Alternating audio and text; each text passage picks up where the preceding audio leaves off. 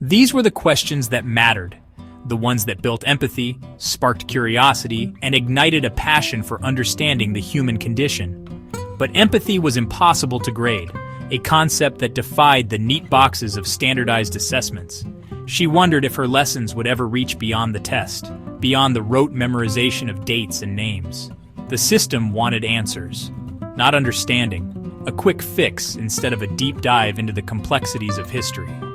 But in this room, she still hoped for more, for a space where critical thinking and compassion could flourish. The real lesson, she believed, was learning to care, to connect with the stories of others and find common ground. What does it feel like to be hungry? What makes people demand change, to rise up against injustice and fight for a better world? How do we prevent such violence, the kind that scars generations and leaves wounds that never fully heal? The clock in room 213 neared 5, its ticking a steady rhythm in the otherwise silent room. Sunlight streamed through tall windows, catching dust in the quiet after school, painting the room in hues of gold and amber. Mara sat at her desk, essays on the French Revolution stacked before her, red pen in hand but mind elsewhere, lost in thought.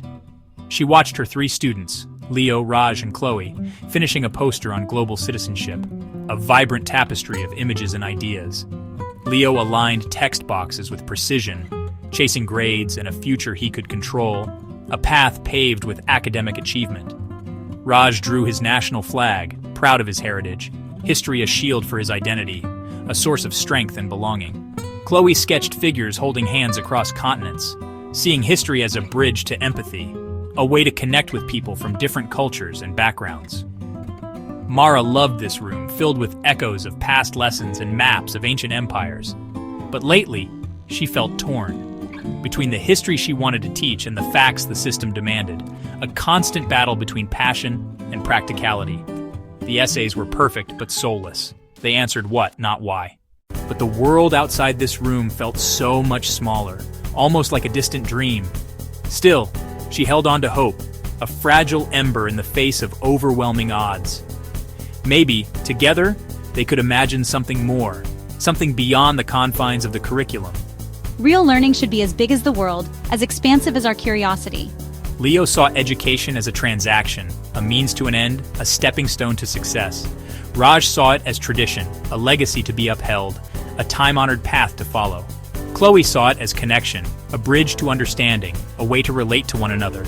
Mara listened, proud and sad, knowing the limitations of the system they were all navigating.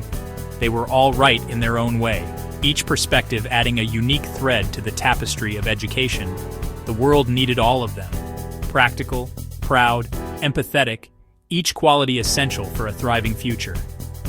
But the system's loom was small, weaving only one pattern, a monotonous design that stifled creativity. She wished education could be a tapestry, big enough for every dream, every aspiration, every unique talent. Instead, it felt rigid, repetitive, a cycle that seemed impossible to break. I think it's about seeing ourselves in others. People everywhere want the same things: safety, hope, a better life.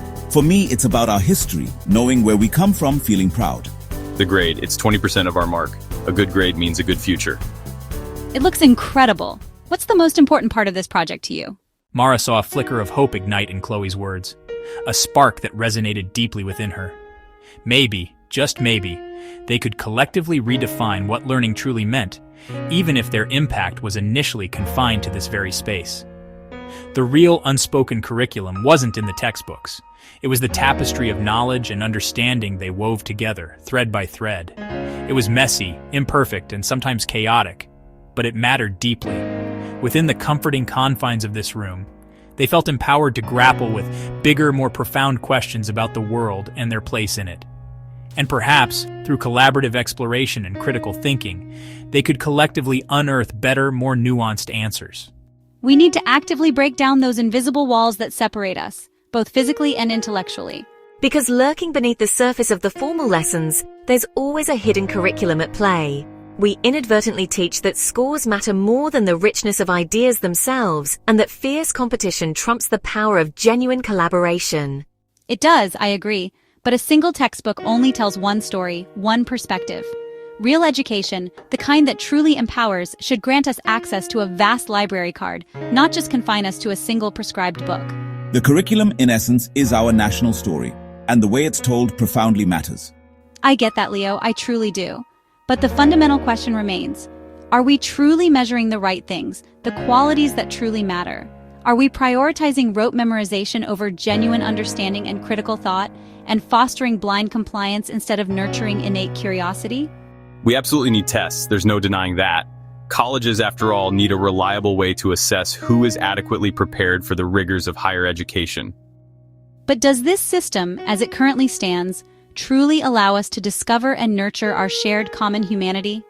We dedicate weeks, sometimes months, to preparing for these high-stakes tests, memorizing dates, treaties, and countless isolated facts. But what about fostering genuine understanding, the ability to connect the dots and see the bigger picture? The struggle was real, but so was the hope.